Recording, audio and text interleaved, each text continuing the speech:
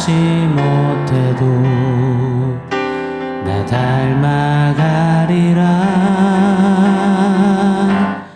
그 사랑 얼마나 아름다운지, 그 사랑 얼마나 날 부욕해 하는지, 그 사랑 얼마나 크고 놀라운지를, 그 사랑 얼마나 나를 감격하게 하는지, 감격하게 하는지.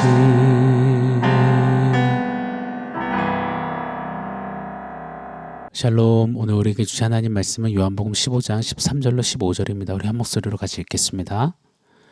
사람이 친구를 위하여 자기 목숨을 버리면 이보다 더 큰 사랑이 없나니, 너희는 내가 명하는 대로 행하면 곧 나의 친구라. 이제부터는 너희를 종이라 하지 아니하리니 종은 주인이 하는 것을 알지 못함이라. 너희를 친구라 하였노니 내가 내 아버지께 들은 것을 다 너희에게 알게 하였음이라. 아멘.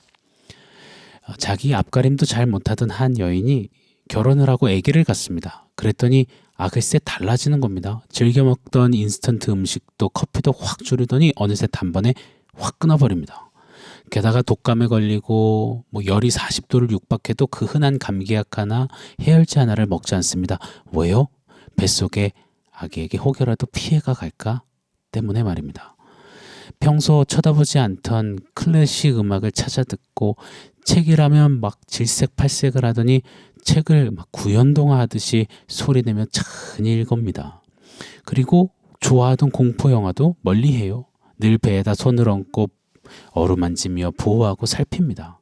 심지어는 뱃속 아가를 위해서 몸 자체도 생리학적으로 막 변합니다. 온통 아기를 위해서 몸도 맘도 삶도 가치관도 방향도 목적도 모든 것이 바뀌어지는 겁니다. 사랑이란 이런 게 아닐까 생각이 듭니다.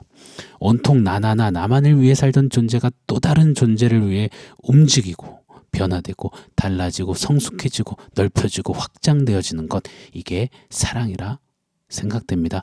그리 믿습니다. 고린도전서 13장은 사랑장으로 익히 잘 알려져 있습니다. 사랑은 오래 참고, 사랑은 온유하며 투기하지 않으며, 사랑은 자랑하지 아니하며, 교만하지 아니하고, 자기의 유익을 구치 아니하고, 모든 것을 참고 믿고 바라며 견디느니라. 근데 잘 보시면요, 사랑은 하면서 1인칭 시제가 사용됩니다. 2인칭 네가 오래 참아라, 3인칭 그들이 온유해야 한다, 너희들이 참고 믿고 견뎌라 하지 않으십니다. 사랑이 1인칭이 먼저 오래 참고 온유하고 참고 믿고 바라고 견디셨다 하십니다. 즉 사랑은 상대를 움직이는 것이 아니라 내가 먼저 움직이는 것이요, 사랑은 상대를 변화시키는 것이 아니라 내가 먼저 변화되고 성장하고 성숙하는 것이며, 사랑은 상대를 넓히는 것이 아니라 내가 먼저 넓혀지는 것이라 생각을 하게 됩니다. 자, 어제 우리는 말씀을 통해서 보았습니다. 친구를 위해서 자기 목숨을 버리시는 진짜 친구가 있으시다고요. 그분이 바로 예수님, 우리의 가장 좋은 친구시라고 말씀해 주셨습니다. 13절이죠. 사람이 친구를 위하여 자기 목숨을 버리면 이보다 더 큰 사랑이 없나니. 더 큰 사랑은 없는, 진짜 가장 큰 사랑이란 친구를 위해 자기 목숨을 버리는 것이다 선포하셨습니다. 우리들의 찐 친구, 진짜 친구 예수님은요, 친구요, 나 예수 친구를 위해 네 목숨을 먼저 버리거라 명하지 않으십니다. 우린 도무지 불가한 그 큰 사랑을 먼저 우리 친구 예수께서 우리에게 친히 베푸신 겁니다. 그리고 우리를 친구라고 불러주시고 여겨주신 겁니다. 그래서 이제 친구 예수님과 함께 동행하고 사귀고 교제하며 그 친구를 닮아가게 만드셨습니다. 그래서 결국은 친구 예수님께 받은 그 사랑을 토대로 힘삼아 그 친구처럼 나아가 사랑하게 만드십니다. 그 친구 예수님처럼 남을 위해 나를 움직이고 확장하고, 그래야 해서 궁극적으로는 우리도 다른 누군가를 위해 자기 목숨을 버릴 수 있는 자리에까지 나아가게 하시는 것, 이것을 우리에게 이루신다 말씀하시는 겁니다. 14절이죠. 너희는 내가 명하는 대로 행하면 곧 나의 친구라. 너희가 먼저 행해야만 내 친구가 될 수 있다. 어떤 조건부에 말씀을 하시는 게 아닙니다. 친구 예수님께서 친구라 불러주신 우리를 당신처럼 행하도록 만들어 가시겠다 선포하시는 것입니다. 할렐루야입니다. 좀 더 보실까요? 15절이죠. 이제부터는 너희를 종이라 하지 아니하리니 종은 주인이 하는 것을 알지 못함이라 너희를 친구라 하였노니. 전에는 종이어서 불과했습니다. 그런데 이제는 친구가 되었기에 우리 할 수 있다 하십니다. 종은 시키는 것만 간신히 하는 존재이지만 친구는 자발적으로 기쁨으로 기꺼이 감사하며 좋아서 너끈히 감당해내는 존재이기에 친구여 너는 그리 될 것이다 하시는 것입니다. 여러분 이것이 신앙생활입니다. 노예 근성으로 종처럼 그저 먹고 사는 거에 목숨 걸고 아무 소망도 기대도 목적도 없이 그냥 하루하루 아이고 죽겠다, 아이고 팔자야, 아이고 내 신세야 그러면서 팔자 한번 고쳐보고 싶다고 요행을 바라며 뜬구름 잡듯이 하는 것이 신앙생활이 아닌 겁니다. 신앙생활은 기쁜 겁니다. 왜요? 종놈이 친구가 되었으니까요. 온통 내 먹고 사는 거에 몰입되어 살다가 이제는 날 위해 목숨을 버린 친구가 있음을 깨닫는 겁니다. 누리게 되는 겁니다. 그 친구의 사랑을 듬뿍 가득 채우니 막 기쁨이 충만한 겁니다. 그러면서 이제 나도 그러면 다른 누군가에게 내 친구처럼 되어줘야지 하며 힘차고 역동적이며 정말 진리의 에너지가 마구 뿜어져 나가는 것, 그것이 바로 신앙생활, 신앙의 삶의 내용인 것입니다. 여러분 이것이야말로 예수님 사랑 안에 거하는 모습인 것입니다. 하나님 사랑, 이웃 사랑이라는 그 계명의 핵심 골자를 실천하는 내용이요 모습이라 믿습니다. 이것이 바로 열매 맺는 가지, 포도나무에 접붙여 있는 가지의 모습, 가지다움인 것입니다. 고로 신앙생활을 미간 찌푸리며 고행하듯이 쥐어짜듯이 안 되면 되게 하라, 까라면 까, 그렇게 하지 않는 우리이기를 원합니다. 친구 따라서 친구처럼 친구와 함께 친구의 그 큰 사랑을 받아 누린 기쁨 속에서 신앙생활하는 열매 맺어가는 저와 여러분이기를 예수 이름으로 간절히 축원합니다. 요한복음 15장에 계속되는 외침이 있지요. 제가 자주 반복해 드렸습니다. 너 열매 맺을 수 있니? 너 열매를 왜 못 맺니? 너 열매 얼마나 맺었니? 이게 포인트가 아니라고 했습니다. 너는 나 참 포도나무 때문에 반드시 가지임으로 열매 맺게 되어 있어. 그 열매는 어떤 열매냐? 바로 나 예수를 닮는 열매이다. 가르쳐 주셨습니다. 이것이 핵심 포인트입니다. 예수 닮는 열매란 하늘의 밀이 땅에 떨어져 죽어 많은 열매를 맺는 그 열매라 우리 배웠습니다. 자기 부인의 열매죠. 자기를 부인하고 십자가 지고 영혼을 살려내는 그 열매, 그것이 예수 닮은 열매라고 가르쳐 주셨습니다. 이 열매를 우리의 힘으로 우리의 실력으로 하는 게 아니라 참 포도나무께서 우리 안에 친히 이루신대요. 참 포도나무의 그 사랑 양분을 가진 우리가 흠뻑 받아 우리로 우미 돋게 하시고 자라게 하시고 열매를 맺혀내게 하신답니다. 이거 정말 할렐루야 아닙니까? 이것이 예수 안에 있는 저와 여러분에게 주신 축복입니다. 우리는 그 축복의 최고 수혜자여 축복을 넘치도록 받아 누린 행복한 가지, 사랑받는 가지입니다. 자, 여기서 질문이 하나 듭니다. 어차피 열매 맺게 될 거, 그럼 가지인 우리는 그냥 가만히만 있으면 되는 것 아닙니까? 아닙니다. 사랑의 양분을 받기 때문에 그 사랑을 날로 더욱 누리고 깨닫고 발견하고 감사하며 그 사랑을 조금 더 닮아가는 일에 힘쓰는 것, 그것이 가지의 마땅한 모습인 것입니다. 여러분 그 사랑 양분, 하나님 사랑, 우리 조금만 더 살펴보기를 원해요. 성경은 그 사랑에 대해서 어떻게 말씀하시는지 말입니다. 요한일서 4장 9절에서 10절은 이렇게 말씀하십니다.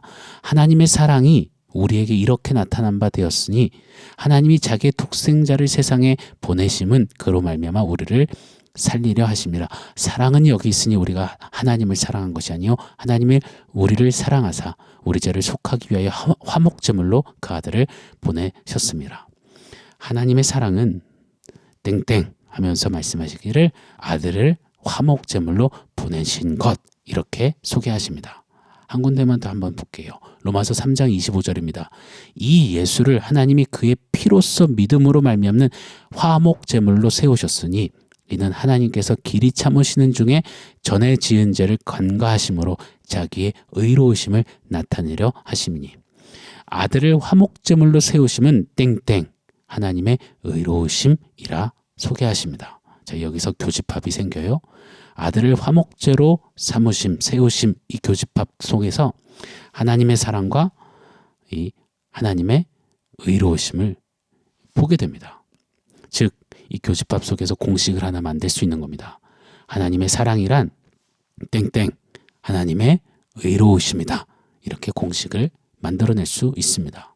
즉, 하나님의 사랑은 하나님의 의로우심에 기반을 두고 있다라는 진리입니다. 이걸 꼭 기억했으면 좋겠습니다. 하나님 사랑은요, 감정의 상황의 조건의 분위기에 기반을 두지 않으신다는 겁니다. 단 한 번도 그리하지 않으십니다. 하나님의 사랑은 당신의 의로우심에 기반을 두시기에 사랑하기로 작정하신 그 대상이 아무리 개판 5분 전이어도 여전히 당신의 의로우심 때문에 사랑하신다라는 겁니다. 이게 하나님 사랑의 너무 중요한 속성인 것입니다. 자, 그렇다면 성경이 말하는 의로움은 무엇일까요? 성경적 의로움은, 그 개념은 착해지다, 질이 좋아지다, 개가 천선했다 이런 것이 아닙니다. 이 의로움은 관계적인 언어입니다. 관계 속에서 관계 안에 요구되는 의무를 다 수행하는 것을 의롭다라고 성경은 정의하십니다. 관계에 그 상대가 어떤 반응을 보여도 혹은 어떠한 모습일지라도 끝까지 자기 의무를 성실하게 수행해내는 것이 의로움이라 하십니다. 목사와 성도 사이도, 교사와 학생 사이도, 부부 사이도, 교우 사이도, 숲지기와 수번들 사이도 기분 따라 좋았다 싫었다 연락했다 안 했다 친했다 절규했다 뭐 이런 게 아니라는 것입니다. 어떤 상황에서도 관계를 맺었다면 그 관계에 있어서 내 의무를 끝까지 다하는 것, 그것이 바로 성경적 의로움의 개념인 것입니다. 하나님은 그렇게 의로움으로 저와 여러분을 사랑하셨습니다. 보십시오. 우리가 하나님과의 관계를 다 망가뜨렸잖아요. 우리가 다 엉망진창 만들었잖아요. 우리가 말씀을 버렸잖아요. 어겼잖아요. 무시했잖아요. 뭉개뜨렸잖아요. 그러면서도 적반하장했잖아요. 우리가 등지고 배반했잖아요. 금송아지를 또 나무 쪼가리를 목상을 하나님이라고 했잖아요. 세상 몇 마디에 하나님 가차없이 버렸잖아요. 멍멍이도 안 먹는 돈 몇 푼에 하나님 등졌잖아요. 알량한 내 자존심 때문에 하나님 모르쇠 했잖아요. 하나님은요, 창세기 15장에 아브라함과 언약하셨던 거, 우리 바이탈은 수차례 말씀드렸기 때문에 잘 아실 겁니다. 그 언약 그대로 지키시잖아요. 짐승 쪼개놓고 약속하시면서 내가 어겨도 이 짐승 쪼개진 꼴 나겠지만 네가 어겨도 네가 아니라 내가 이 꼴 날게 하셨던 그 언약, 그리고 그걸 끝까지 지키셨잖아요. 깨트리고 망가뜨리고 떠나가는 우리에게 끊임없이 나에게로 돌아오라 하시면서 나는 네 남편이다. 네가 돌아오려거든 나에게로 돌아오라. 네가 망쳤어도 그래서 너는 내쳐져야 마땅하지만 말씀하시잖아요. 내 속에 긍휼이 돌아서 불릴 듯 일어서 내가 너를 또 사랑한다. 네가 날 버리고 갔어도 너의 하나님 여호와가 너희 가운데 계시니 그는 긍휼을 베푸실 전능자시라. 그가 너로 인하여서 기쁨의 노래 부르신다 하셨잖아요. 그러시고는 우리와의 그 관계를 다시 살리셔 끝까지 사랑하시려. 요한복음 3장 16절 하나님이 세상을 이처럼 사랑하사 독생자를 주셨으니, 내가 이 꼴 날게 하신 하나님이 십자가에서 실제로 쪼개진 짐승꼴 나셨잖아요. 이 의로우신 하나님의 사랑. 사랑하는 여러분, 우리는 하나님의 의로우신 사랑을 받은 자들입니다. 그런 사랑받은 가지입니다. 고로 우리도 하나님의 의로우심에 기초한 사랑을 해야 하는 것입니다. 내 구미에 맞으면 사랑했다가 조금 수틀리면 마음에 안 들면 저 인간이 이러쿵 저러쿵, 어제까지는 사랑해요 집사님, 기도합니다 집사님 했다가 기분 좀 상하면 저건 집사도 아니고 잡사야, 뭐 존경해요 목사님, 함께해요 목사님 했다가 또 기분 수틀리면 저건 목사가 아니고 먹사야. 여러분, 결코 그래서는 아니 되는 것입니다. 사랑은 감정으로, 상황으로, 기분으로 하는 게 아닙니다. 사랑은 조건으로 하는 게 아닙니다. 사랑은 돈으로 하는 게 아닙니다. 사랑은 힘으로 하는 게 아닙니다. 사랑은 의로움으로 하는 것입니다. 친구 예수님의 의로우심에 기초하여서 우리도 의로우신 주님의 사랑을 실천해 가기를 원합니다. 이것이야말로 사랑받은 열매 맺는 가지의 품격임을 믿습니다. 자, 오늘 말씀 종합해서 원포인트 세워보겠습니다. 오늘 원포인트는 영품 가지라고 지어보았습니다. 장인의 귀한 제품을 명품이라고 하죠. 제품의 고귀한 품격을 가리키는 말입니다. 훌륭한 인격을 가진 분들을 향해서 참 인격의 품격이 대단하시다면서 존경을 표하기도 합니다. 명품, 인품처럼 영혼의 품격을 저는 영품이라고 명명해 보고 싶습니다. 우리의 신앙생활이 좀 영혼의 품격이 있는 영품 신앙이었으면 좋겠습니다. 하나님의 의로우심의 기반을 두고 쏟아주신 친구 예수님의 사랑을 가득 닮아서 담아내어서 사랑을 맺는 삶, 그런 열매 맺는 가지, 영혼의 품격이 있는 영품 가지, 그런 저와 여러분 우리 모두이기를 예수 이름으로 간절히 축원합니다. 아멘. 사랑하는 성도 여러분, 오늘 말씀과 원포인트 기억하면서 우리 사모함으로 기도하겠습니다. 하나님, 사랑받은 가지답게 영혼의 품격이 있는 영품 가지로 주 앞에 살게 하옵소서. 우리 함께 기도하겠습니다.